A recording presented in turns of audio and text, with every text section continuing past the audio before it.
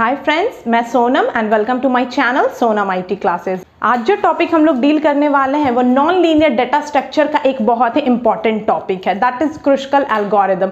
लेकिन इस टॉपिक को डील करने से पहले मैं बोलना चाहूंगी friends, please like, share and subscribe my video and जो बेल आइकन है उसे प्लीज प्रेस कर दीजिए सो दैट फर्दर मैं जो भी वीडियोज बनाऊं वो सबसे पहले आप तक पहुंच सके। ओके, नाउ लेट अस सी क्रुस्कल एल्गोरिदम। जैसे कि हम लोग जानते हैं कि डेटा स्ट्रक्चर जो है उसको टू पार्ट्स में डिवाइड किया गया है, linear data structure and non linear data structure.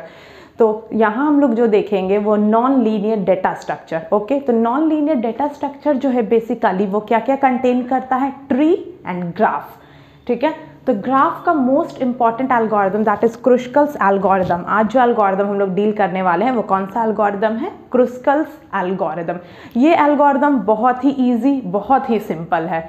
Okay, इस एल्गोरिदम को मैं जिस ईजीएस्ट वे में आप लोगों को बताऊंगी, आप लोग सबसे पहले इसी क्वेश्चन को टच करोगे किसी भी एग्जाम में।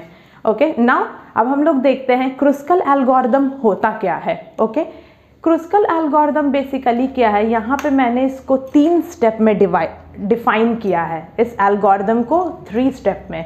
Okay, now let us see the steps. First that is sort or arrange all the edges according to their weight, that is minimum weight comes first। Basically यहाँ पे क्या करते हैं, एक ग्राफ मेरा दिया रहेगा पहले से। ओके, उस ग्राफ का कुछ वर्टिसेस होगा, कुछ एजेस होंगे। ओके, जैसे कि क्या एक ग्राफ है तो एक ग्राफ क्या कंटेन करता है, ग्राफ किस चीज से मिलके बना है, तो graph is basically what, mixture of vertices and edges. Vertices means what, जिसको नोड्स बोलते हैं, ए जिसको हम लोग क्या डिफाइन करते हैं, ए बी सी या फिर edge a number 1 2 3। Okay, graph क्या है, उसका कुछ वर्टिसेस होगा, कुछ एजेस होगा। Edges means arc. ओके, तो सबसे पहले यहाँ पे क्या करेंगे, मेरे पास एक गिवन होगा ग्राफ, उस ग्राफ में से उस ग्राफ के डिफरेंट एजेस होंगे, जिस एजेस का काम क्या होगा, 2 वर्टेक्स को ऐड करना, मर्ज करना। ओके, 2 वर्टेक्स को मिलाने का काम करता है कौन, मेरा एजेस। हर एज का कुछ ना कुछ अपना वेट होगा, पहले से वो वेट क्या होगा, मेरा डिफाइन होगा। हर एज का अपना कुछ ना कुछ वेट होगा। यहाँ पे क्या करेंगे, बेसिकली जो मेरा सबसे स्मॉलेस्ट वेट वाला एज होगा, वो एज जिसका वेट सबसे मिनिमम है, याद रखिएगा, वो एज जिसका वेट सबसे मिनिमम है उसको हम लोग सबसे पहले कंसिडर करेंगे। मेरा स्टेप 1 क्या बोल रहा है, मेरे पास एक ग्राफ दिया हुआ है, उस ग्राफ में कुछ एजेस होंगे, अब हमें क्या करना है, उस ग्राफ को सबसे पहले देखना है और उसमें से एज का कुछ ना कुछ वेट मेंशन किया होगा, जैसे कि 1 2 3 4 एंड सो ऑन। अभी मैं एग्जांपल्स से आपको बताऊंगी तो वो चीज़ क्लियर हो जाएगा, लेकिन अभी आप समझने की कोशिश करिए कॉन्सेप्चुअली। यहाँ पे क्या करना है, बेसिकली एक ग्राफ दिया हुआ है, उस ग्राफ का कुछ ना कुछ वेटेड, हर एज का कुछ ना कुछ वेट दिया हुआ है, तो जो मेरा सबसे मिनिमम वेट होगा उसको सबसे पहले हम लोग कंसिडर करेंगे। Okay, then after next weight, then after next, मतलब कि असेंडिंग ऑर्डर में हम क्या कर रहे हैं, अपने वेट के अकॉर्डिंग अपने वर्टिसेस को अरेंज कर रहे हैं। मेरा सबसे पहला स्टेप्स।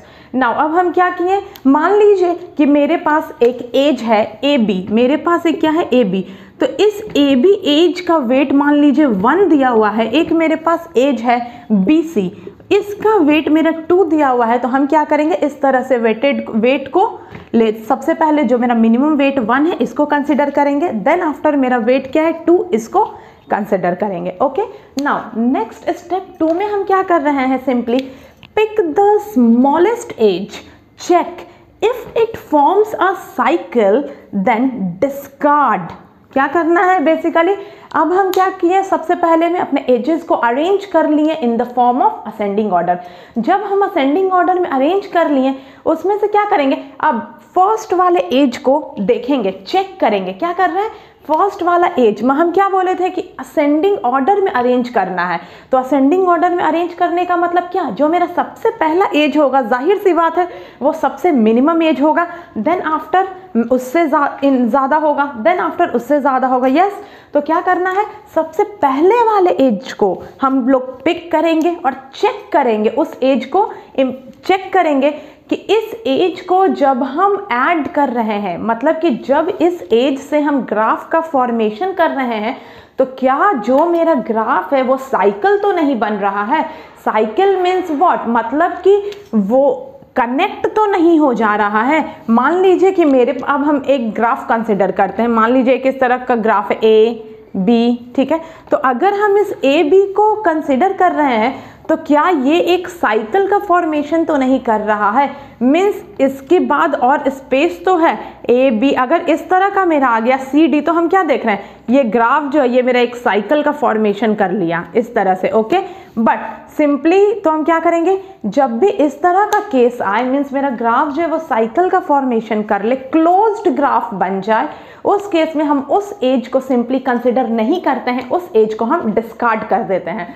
एंड नेक्स्ट, फिर अभी तो हम क्या कर रहे थे, सबसे पहले वाले एज पे देख रहे थे, उस एज को पिक कर रहे थे, इंप्लीमेंट कर रहे थे। फिर सेकेंड एज को देखेंगे, उस एज को पिक करेंगे, इंप्लीमेंट करेंगे, एंड सो ऑन। मेरे पास जितने भी एजेस उस ग्राफ के पिक करते जाएंगे और इंप्लीमेंट करते जाएंगे, मतलब कि ग्राफ का फॉर्मेशन हम करते जाएंगे, ओके।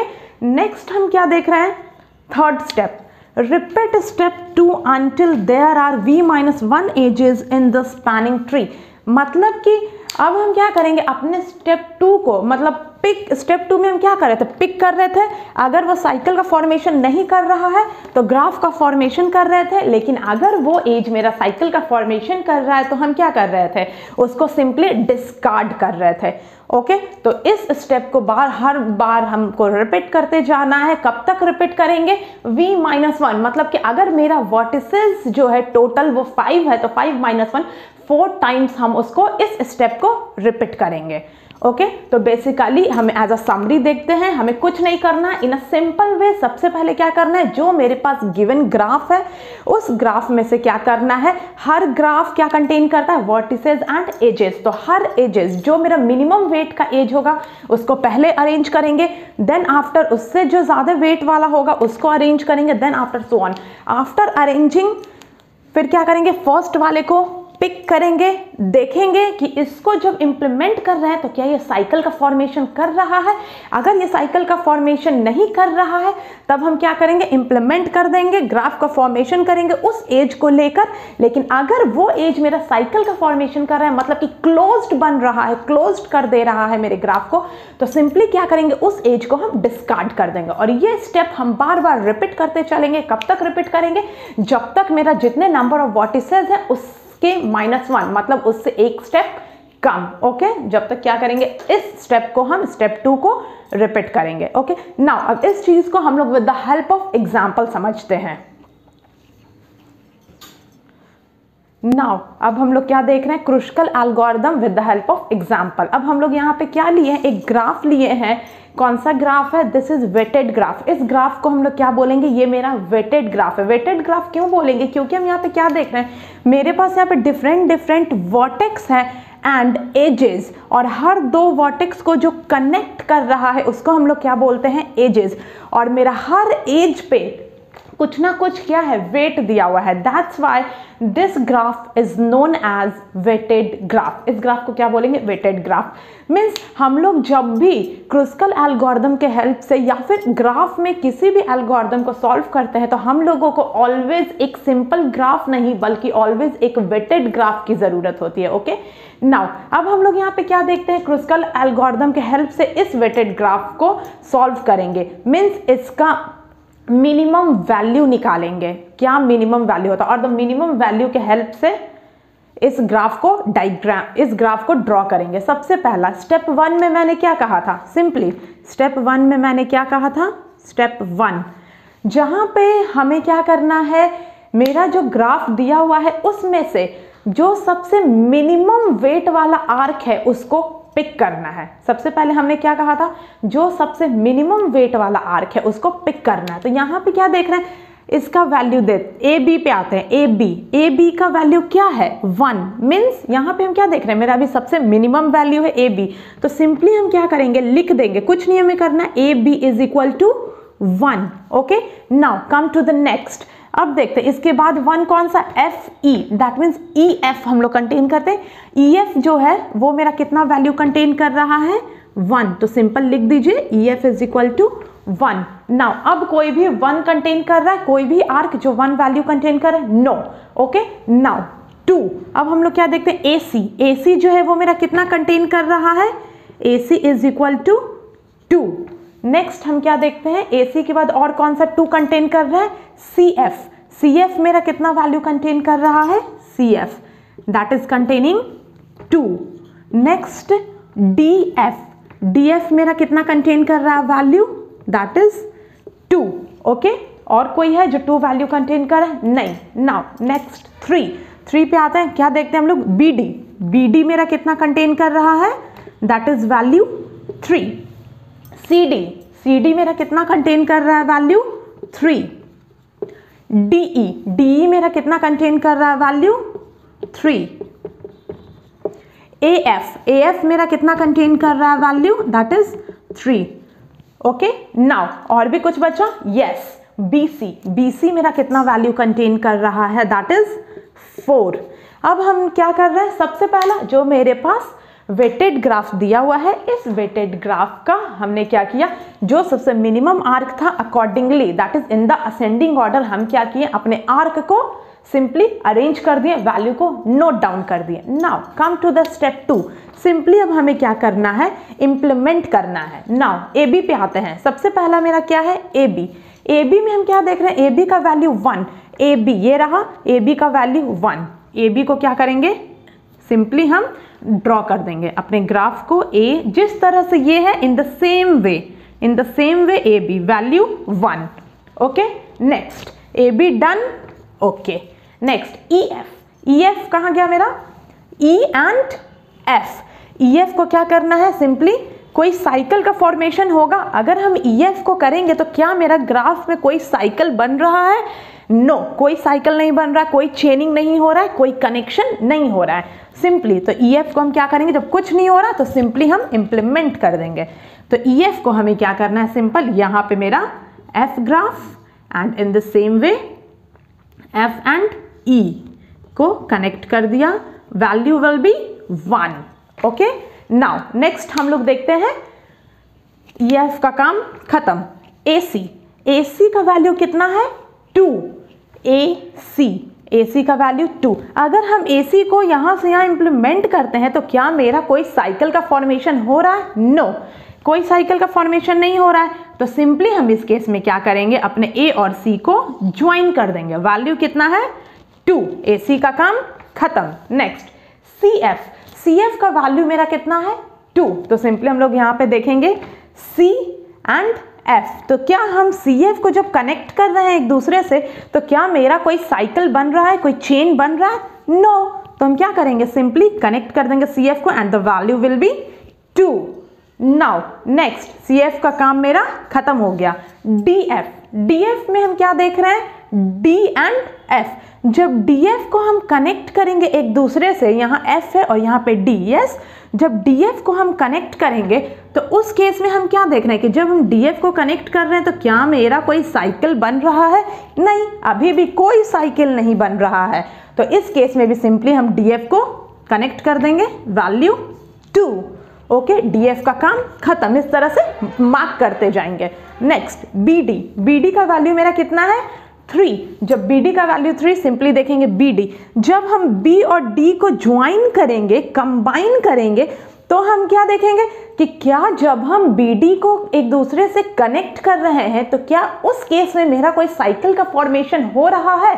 तो जब BD को कनेक्ट करके देखिए तब हम क्या देख रहे हैं, यस, जैसे ही हम BD को कनेक्ट कर रहे हैं तो मेरा क्या हो रहा है, एक साइकिल का फॉर्मेशन हो गया ना। तो इस केस में हम क्या करेंगे, इस BD को कनेक्ट नहीं करेंगे बल्कि इसको डिस्कार्ड कर देंगे। Okay, now come to the next CD को क्या करना है, चेक करिए। CD जब हम इस CD को कनेक्ट करेंगे एक दूसरे से तो इस केस में क्या होगा, क्या मेरा साइकिल का फॉर्मेशन हो रहा है, यस।